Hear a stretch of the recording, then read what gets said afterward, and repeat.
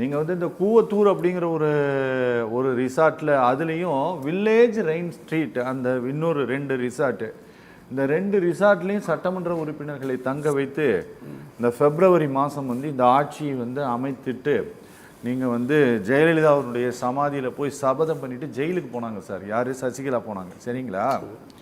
இவர் தான் என்னோட சகோதரர்னு தட்டி கொடுத்து இவர் நீங்கள் ஆதரிக்கணும்னு சொல்லிட்டு போனாங்க. அவருக்கு அந்த அம்மாவனுடைய கணவர் இறந்தார். அதிமுகவில் இருக்கக்கூடிய அன்னைக்கு கவர்மெண்ட்ல இருந்து யார் போனாங்க? இந்த ஓபிஎஸ் போனாரா?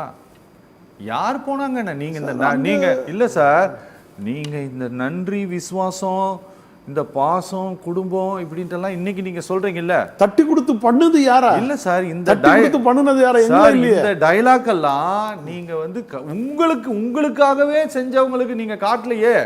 இன்னைக்கு நீங்க இதெல்லாம் அரசியல் நாகரிகம்னு காட்டலீங்களே. இந்த நாடகத்தை எப்படி சார்? அதுதான் சார், எங்களுக்கு செஞ்சாங்க, நாங்க அதை திருப்பி செஞ்சோம்.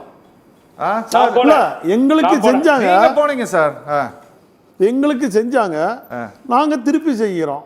அவங்க எங்களுக்கு துரோகமாக நினச்சாங்க.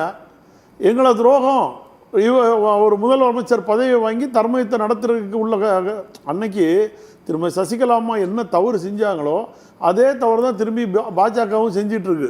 நீங்கள் நல்லா புரிஞ்சுருங்க. யாரை நம்பக்கூடாதோ அவங்கள நம்புகிறாங்க, யாரை நம்பி கையில் கொடுக்கக்கூடாதோ அதை கொடுத்தாங்க. அதில் நாங்கள் என்ன செய்ய முடியும்? அவர் தானே முதல்வர் கட்டளை எடுக்கார், முதல்வராக உட்கார்ந்துருக்காரு. அவருக்கு தெரிஞ்சிருக்கணும் அந்த அம்மா மூலமாக தான் நாங்கள் முதல்வர் பதவிக்கு வந்தோம், அவங்களுடைய கணவர் மறைவுக்கு நம்ம போகணும்னு சொல்லி அவங்க முடிவெடுத்திருக்கணும். முடிவெடுக்காத மனிதர். அதை தான் நாங்களே சொல்கிறோம். அண்ணனுடைய தாயாருக்கு அதே சூழ்நிலை தான். அதே அவரோட தாயார் பிரச்சனைக்கெல்லாம் அண்ணன் போனார்.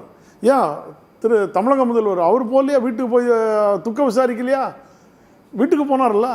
அதனால் அந்த ஒரு மனித பண்பு அவர்கிட்ட கிடையாது, எடப்பாடி பழனிசாமி அவர்கள்ட்ட.